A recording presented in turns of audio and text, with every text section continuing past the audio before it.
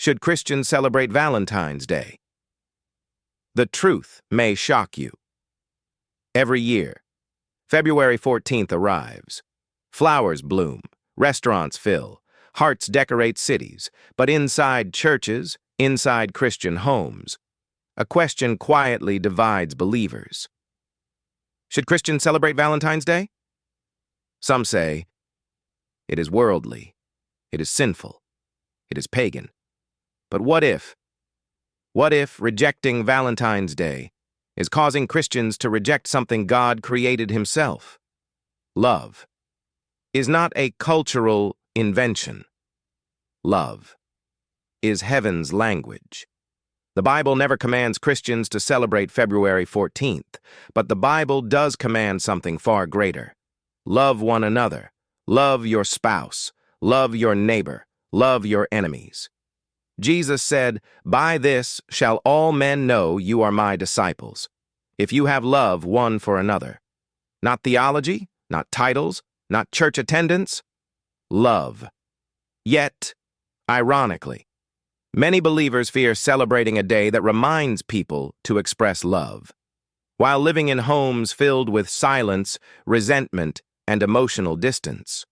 Valentine's Day was not born as a sinful holiday. History tells us about a man called Valentine. A man believed to have shown compassion, courage, and sacrificial love. Over centuries, culture added poetry, cards, flowers, and eventually business promotions. Yes, commercialization came. Yes, the world sometimes distorts love into lust. But here's the question most Christians never ask. When culture distorts something God created, do believers abandon it or redeem it? Because marriage exists in culture. Friendship exists in culture. Celebration exists in culture. But love originated from God. Some Christians sincerely object. They worry about materialism, sexual temptation, pagan history, social pressure. And those concerns are real because the world often turns love into performance, pleasure, and profit. But here is the deeper truth. Valentine's Day does not create sin. Hearts do. A flower cannot corrupt purity. Chocolate cannot destroy holiness. A date on the calendar cannot overthrow spiritual discipline. Sin comes from choices, not calendars. Let's be honest. Some Christian marriages are dying, not because of adultery, not because of hatred, but because of neglect. Some parents have never told their children, "I am proud of you." Some spouses have not heard, "I appreciate you," for years. Some friendships fade because nobody says, "You matter to me."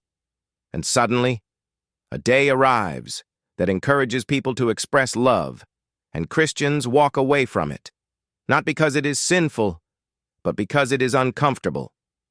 God introduced love long before Valentine's Day existed. God celebrated love in marriage. God commanded love in families. God demonstrated love through sacrifice, and the greatest love story in history was not written with roses.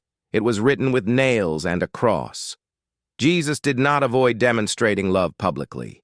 He displayed it before the world. So the real question becomes, if the world celebrates love one day a year, should Christians celebrate it less or celebrate it better? Not with lust, not with pressure, not with debt or competition, but with purpose. Christians should celebrate Valentine's Day by strengthening marriages, write letters, apologize, reconnect, honoring parents, visit them, appreciate them, support them, encouraging children affirm their identity and future, supporting friends, call someone battling depression or loneliness, serving the forgotten, visit hospitals, orphanages, prisons, churches organizing outreach feeding programs, counseling sessions, family healing events, workplaces promoting appreciation, recognizing effort, encouraging teamwork, governments promoting family stability, counseling programs, community support, violence prevention. Valentine's Day can become not Romance Day, but Redemption Day.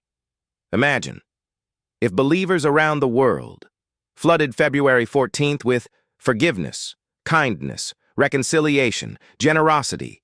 Divorce rates would drop, loneliness would reduce, families would heal, churches would grow stronger. Love is not worldly.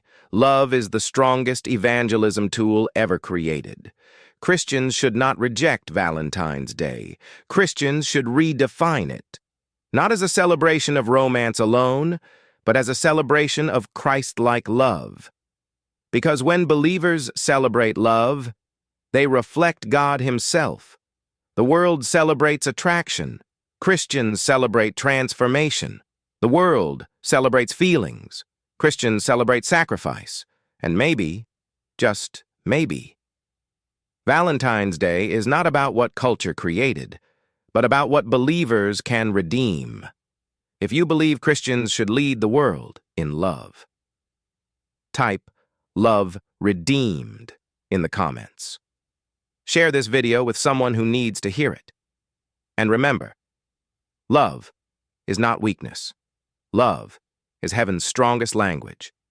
Love is not just a feeling. Love is a mission.